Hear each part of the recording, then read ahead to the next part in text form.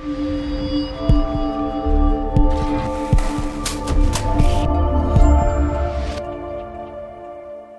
those of you that do not know me, my name is Ryan, and this is my show, Spirituality with a Spin. I normally do a podcast. For instance, you'd have about 30 more seconds of my face, and then it will go to 30 minutes of my voice. I have been getting regular requests to do videos, and I am finally giving way to those requests and doing a legitimate video. Two things have kept me from doing videos. One is the audio situation. So this little mic you see right here is a new microphone. If it is working for you at home and if it sounds better than the last videos I've done, please take a moment out of your day and leave a comment below in regards to whether the audio worked for you or not, so that I know moving forward I could do a video with confidence and the audio isn't having issues. My podcast is great. It's in studio, it's a professional setup, and that is on point. I love that setup. This is a work in progress. The other part that I don't like about doing videos, and I have to be quite honest, I don't like watching myself. Even when I acted and I was doing stuff on TV or whatever, I don't like seeing myself on the screen. I believe that it gives me a false sense of who I am. We'll try it. Let's say that 2017, Ryan has to work on that part of himself. Perhaps that's one part of myself that I still have to conquer. We've been talking about the 5 love languages as well. We've been talking about intimacy, and we're getting ready to talk about sex. We've talked about twin flames and soulmates and karmic twins and all of these topics. If you haven't listened, please go back and listen to the great volume of material that's there. I spent hours and hours and hours putting those shows together and getting those shows out there so that you will have the knowledge and the ability to make educated decisions. So given that today was a portal, December 21st. Some people were calling it a twin flame portal, but let's just be real. Let's not just get labeled into a brand, because today, December 21st, was like the Mayans in December 21st. It's been a powerful day for many things. It's your opportunity to put out there what you want for 2017, intuitively plant those seeds that you want to sow and you want to reap for 2017. 2017 is going to be a year of belief, a year of transition, a year of becoming. It's going to be a year where we're going to have to talk a lot, and not just talk, speak. We're going to have to utter. We're going to have to project. We're going to have to rely on the inside, internal, intuitive voice, and we're going to have to move in that. I'm telling you, that's what's happening. That's why I was sick last week. That's why, because I talk to hundreds, if not thousands of you every week. So many of you were sick over the past 2 weeks, or you are actually getting sick right now. This is across the world, because I have everybody around the world that I've talked to, whether it's Norway or New Zealand or Argentina or all these other places, are battling sickness. The same sickness, nose to nipples, right here. And this area has to do with ascension, has to do with awakening, has to do with a soulmate / twin flame encounter. So what's happening right now is you're waking up. No, I don't mean that you were asleep and now you're waking up, like your alarm clock is going off. I mean that you've heard enough times what's happening isn't necessarily what is happening. Like what you've been shown isn't all that there is to see.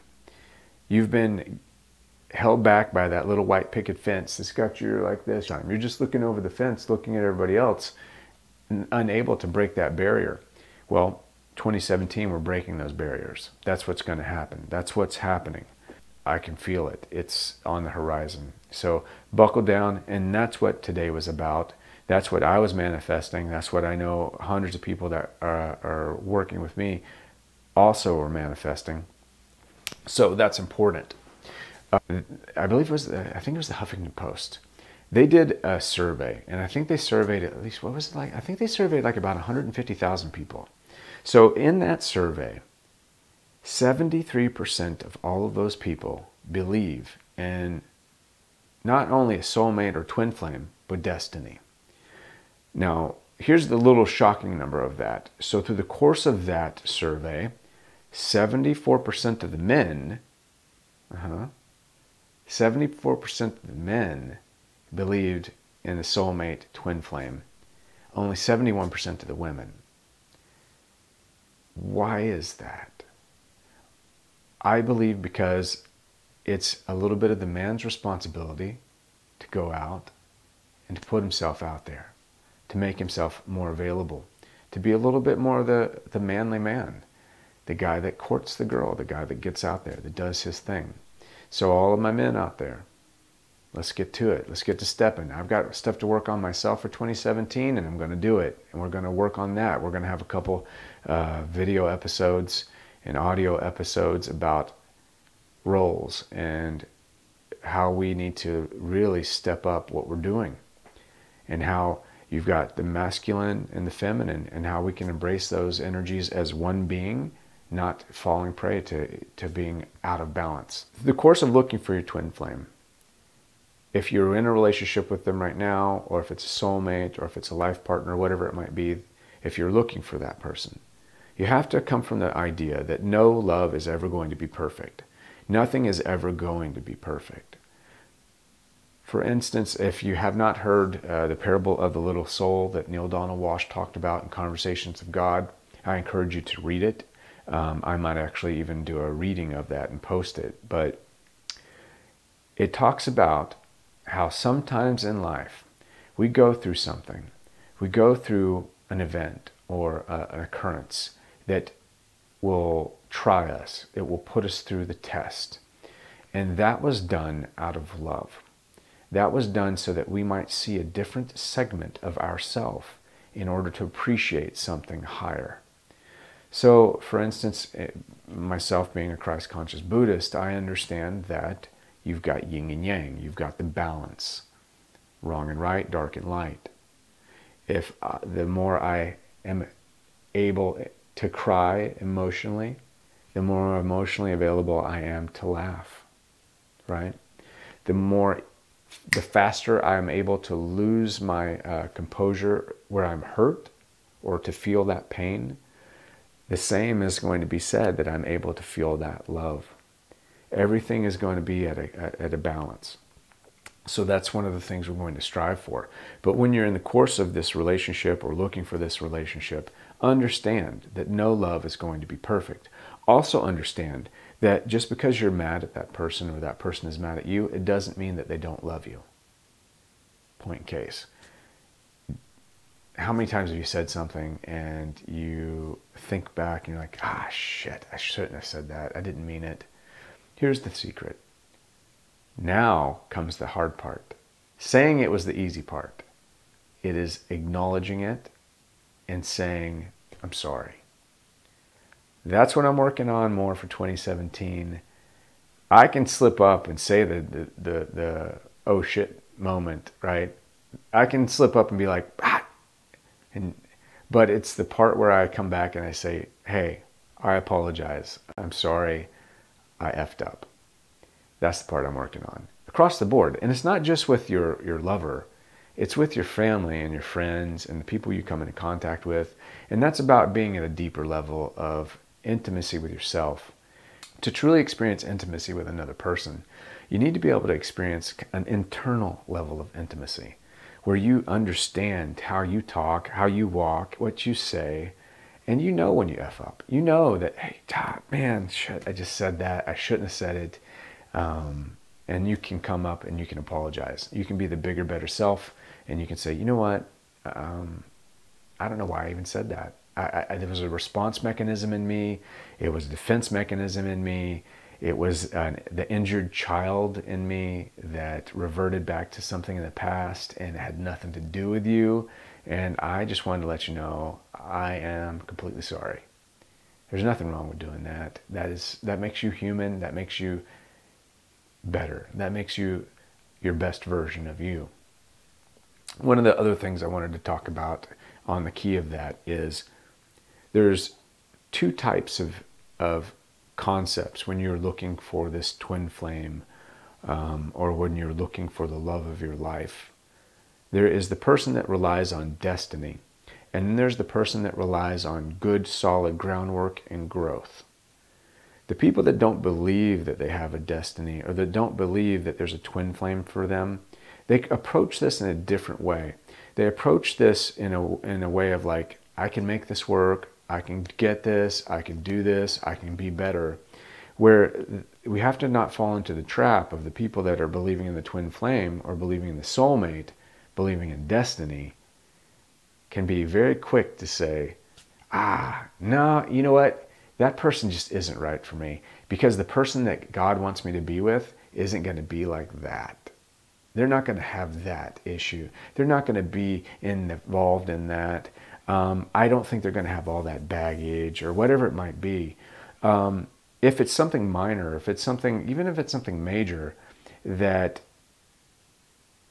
is irrelevant to the fact that you love them, or that they love you, or that they're a good person and that they're trying hard and they just made a couple poor choices in their past life. Like I know a wonderful, wonderful person that I've dealt with and worked with that has children. They got dealt a rough deck in life, but it doesn't limit their beauty. It doesn't limit what they bring to the table. It doesn't make them a lesser person when it comes to being a twin flame or when it comes to being a soulmate, right? So for someone to look at that and to say, oh, well, no, you have kids and you're single, and I wasn't looking at that. Well,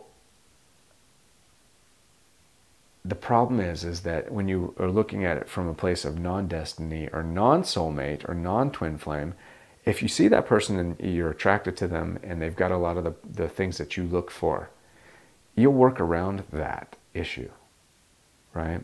Perhaps it was brought to you for a reason. Perhaps maybe you can't have children, or maybe that circumstance is something that you can aid in, something that you can make better. Maybe it's a learning potential. Maybe that you made that deal before you came into this life.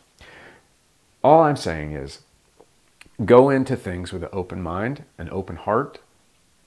Keep your eyes peeled for sure. Look for problems.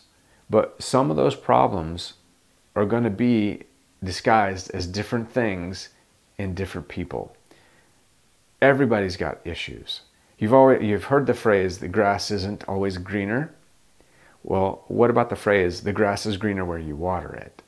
So you can overcome a lot of obstacles. I've overcome a lot of personal obstacles. If I had people that judged me from my past, or if I had people that looked at me and said, hey, you know what?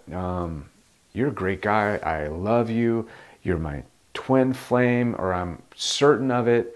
And then they found out that I had cancer in the past, and that could make me susceptible for having cancer in the future. I'm not going to, but in their mind it could. And then they limit their love for me based on that. Well, I might not have him for that long. I'm going to find somebody else that didn't. What have they missed out on? What part of me did they miss out on because they weren't willing to recognize that that was an obstacle or a hurdle that I overcame in life, that made me better, that made me a warrior, that made me able to handle my life in a different way, from a different perspective, where it changed me, changed the foundation of what I do.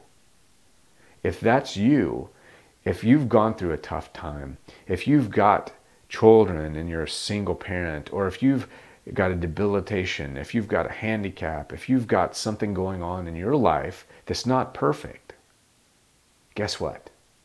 None of us are perfect. I'm as imperfect as you can get, right? So none of us are perfect. There's not going to be that perfect solution. There's not going to be that perfect situation, right? It's not, I push this button and my perfect person shows up. Doesn't happen. Not going to happen.